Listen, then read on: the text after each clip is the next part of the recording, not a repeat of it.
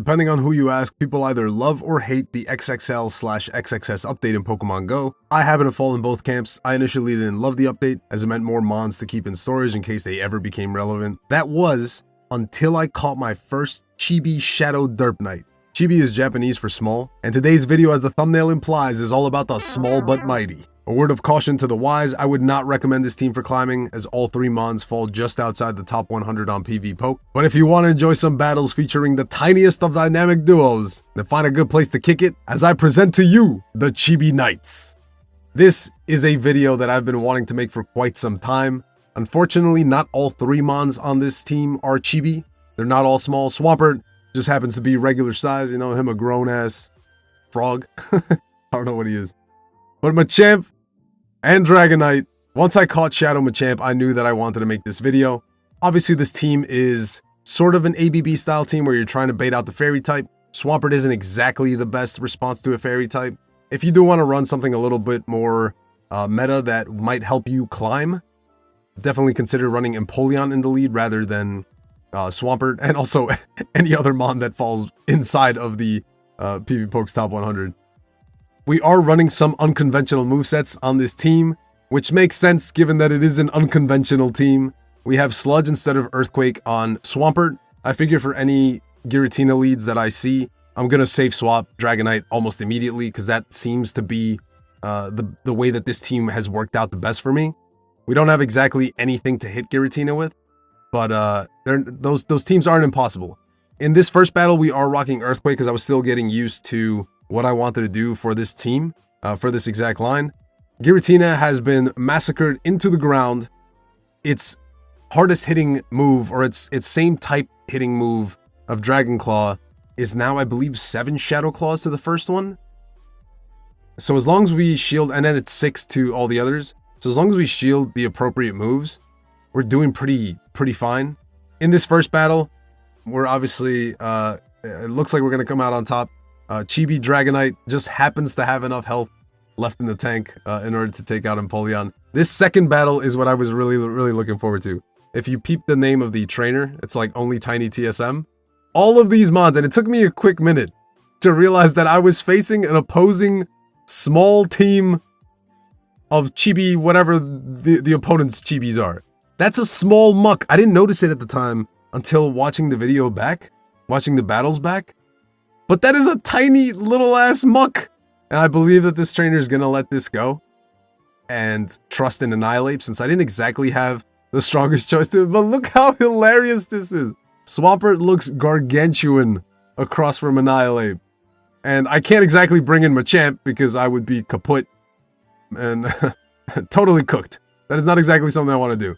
So they, luckily for me, go for the close combat. They didn't have to. They could have just kept rage fisting through, as Annihilates love to do. But look at that. Look at this little Chibi for alligator. This is insane. And honestly, Machamp is just kind of here to take some blows. Hopefully make something of a move. It took me a while to decide on the Rock Slide Payback moveset. It seemed to work the best on this team. And again, I don't recommend this team for climbing, but I was willing to invest the Elite TM onto Chibi Machamp.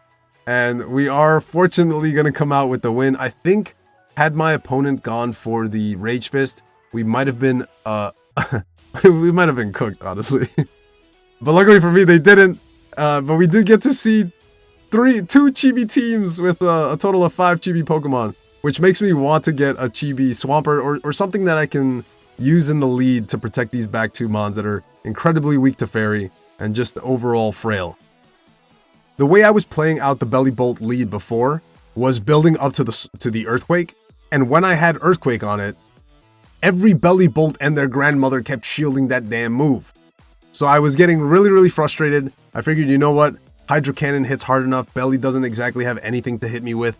And once they invest a shield, or once I notice them staying in, I invest a shield and decide to save Swampier just in case. You know, this is an ABB style team. Check out this video if you don't know what that means. And so we do have to bait out a potential fairy type. I guess in this case, a flyer. I love the new 45-second switch timer. It allows for so much more dynamic gameplay. Here I'm just keeping track of Corviknight's energy. Corviknights are incredibly horny for the debuff, and people really think that they can farm anything down with those sand attacks, which is pretty sad. I might come in with Dragonite here just to absorb all this damage. This is actually a really positive matchup for Dragonite, which I love, because I love anything that gives Dragonite more play. Here I make a bit of a bozo play and come in with Machamp, but I did forget that I had the payback, and it cleanly one-shots, which I love. We are going to take this air cutter. This is going to take us out. I think an air cutter on a Shadow Machamp does about 60%. So in one of the follow-up battles, I do end up tanking it, but we've got this in the bag. Dragonite is still up a shield, and we're looking so pretty, like a bad bitch. Okay. In the mirror, what do? For most water-type leads, for Alligator, Empoleon, Swampert, I've managed to just sack the lead, and that seems to work out pretty well. Here my opponent tries to catch a Hydro Cannon, which they failed to do. Another opponent actually did make the catch, which is pretty nasty. I can't exactly rely on one-turn waits, because I'm not sure if my internet is strong enough to visually update. You see I have like the spinning ball of death in a lot of these battles. That gets really annoying, being unsure what to do. Here you're going to see me bozo a play in a minute. They have a Swampert in the back, and I had already forgotten how healthy that Swampert was. So I'm going into this thinking, okay, if they catch, then it's no big deal, because that Swampert is pretty low in the back, like it has no health to it. Here I'm expecting the catch, and so I think I go over just a little, but I throw on alignment like an absolute bozo, and then I forget that Swampert has health, and I remember mid swipes, and I'm like, oh man, I gotta do something here. Luckily for me, I managed to catch the Hydro Cannon onto my Shadow Swampert, but this isn't looking good. I come back in with Dragonite, I need to throw a move, and because I give them all of this farm, instead of coming in with Machamp, who might have been able to outpace, it's only 5 to the Rock Slide, so I might have been able to get to the Rock Slide and have Dragonite in the back to maybe get somewhere. My Chibi Knight gets absolutely one-shot by a Sludge Wave, which is, you hate to see it, man. How do you deal with Jellicent? I typically just come in straight with Dragonite, regardless of which type of Jellicent I'm facing. Some players stay in, some chip and dip.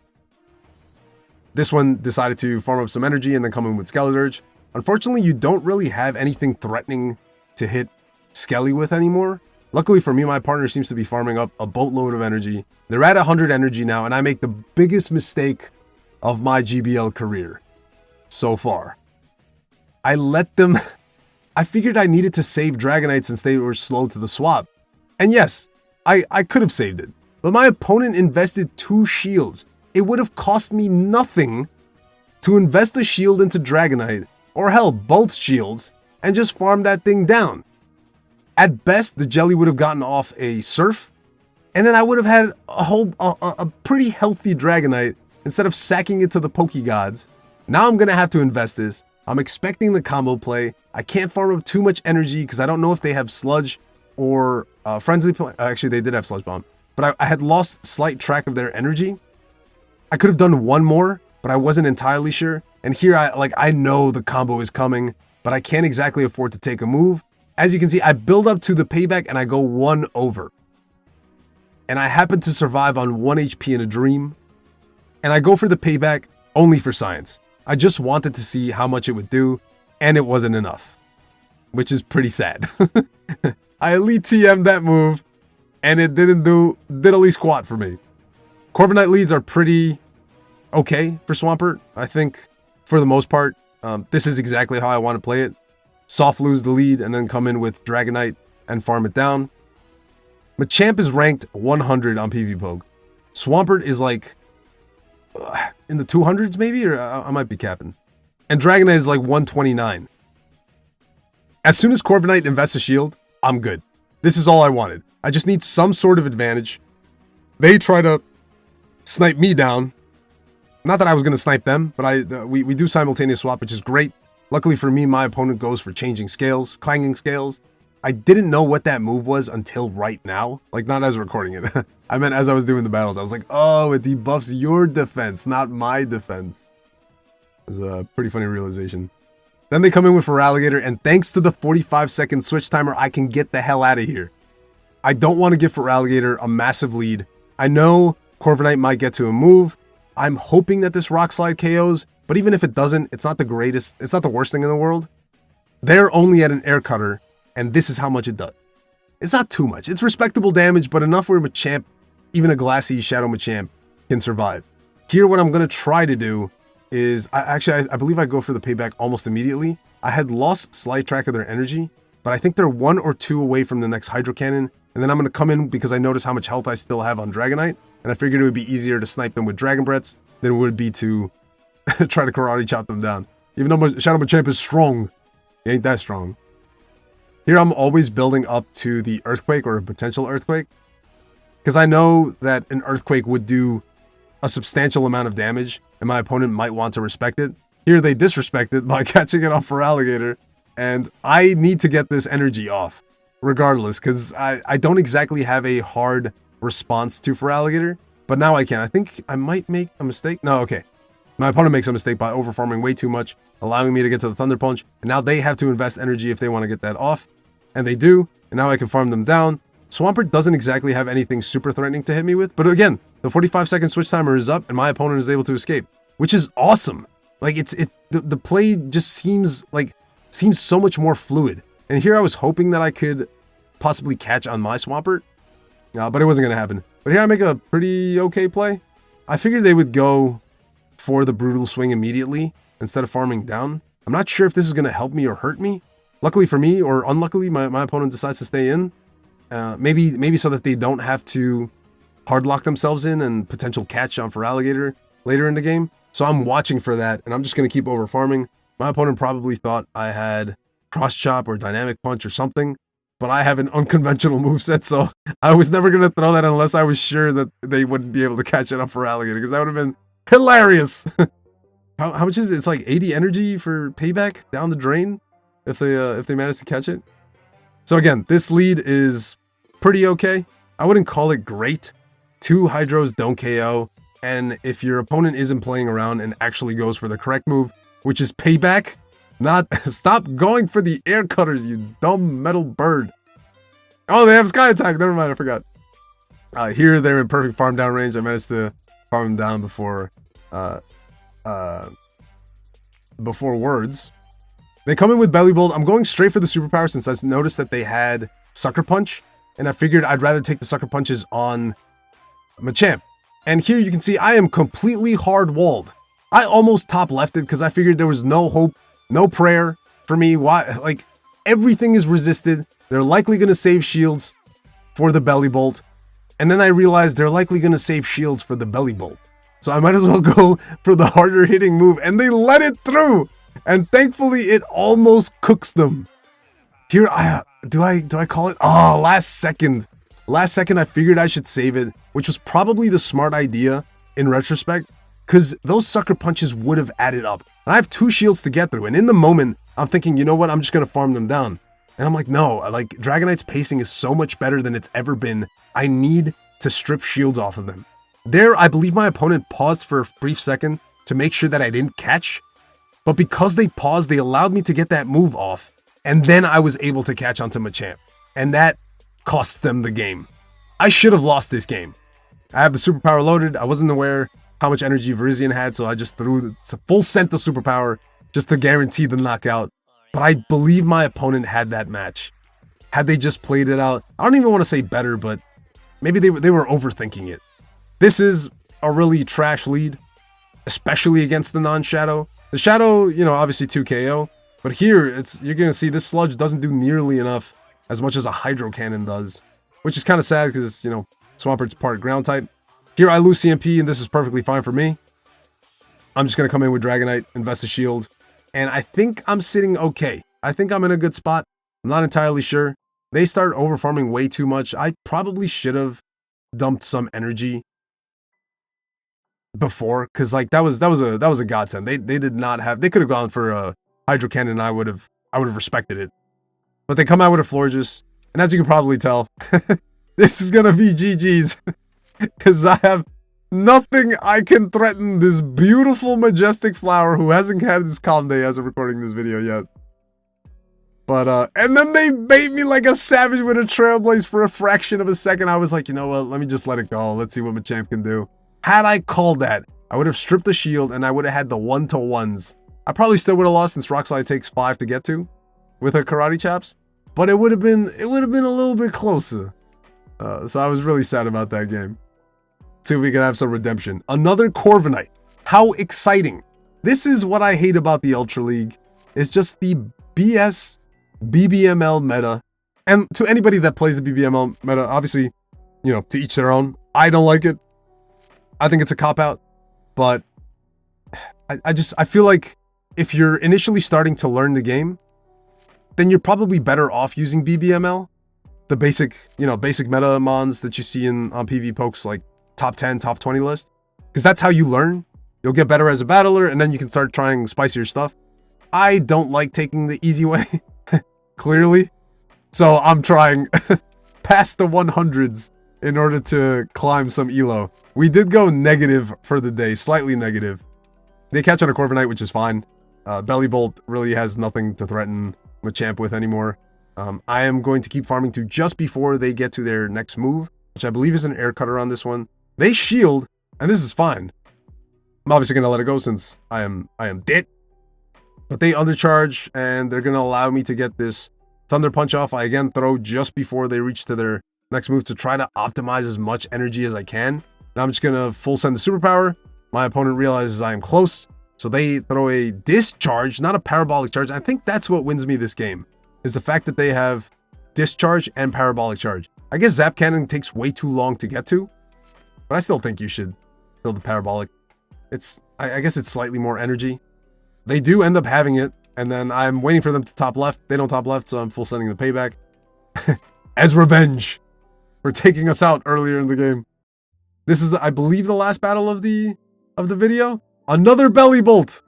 Who made a video? Why is this a thing? All right, you're gonna see me get absolutely sauced by this Togekiss. I figured I wanted to experiment here. I'd never faced a Togekiss until this moment, so I wanted to see how much damage an Aura Sphere would do. I think in a previous battle I had lost CMP to Togekiss. Oh wait, I remember this battle. Oh, this is gonna be such a fun battle. I forgot this was the last one. All right, watch Shadow Machamp up a shield, do Shadow Machamp things. Very dirty things. Very small but mighty things. The final Pokemon in this, I am not anywhere close to my timer being up. So I do full send the superpower, but I don't think I'm going to be able to get out just yet. I do manage to come in with Swampert, and we go down. So I'm going to come in with Dragonite, and I'm going to sack it. And then I'm going to trust in Shadow Machamp to do Shadow Machamp things. Or so I hope. My opponent throws a Parabolic Charge, which means they likely get to another move. And I'm like, oh man, do I shield this? Do I shield? Like, if fast moves become a problem, like I'm kaput. And they come in with a Charizard. And because of the new pacing, they are now receiving the energy for a Blast Burn. And in the moment, I had no idea who won CMP. I looked it up later. Shadow Machamp cleanly wins that CMP. And we managed to sweep the tail end of that game with Shadow Machamp. I know the thumbnail was Shadow Machamp against Corviknight, but I probably should have put Charizard, except I wanted to showcase that the team had some play against the Metamons, just not as much play as I would have liked it to have. I'm really enjoying the meta update to this season. If you want to see what my goals are for this season, definitely check out this video. And if for whatever reason you're new to the world of GBL, check out this video. And I'll catch you in that next video. Peace.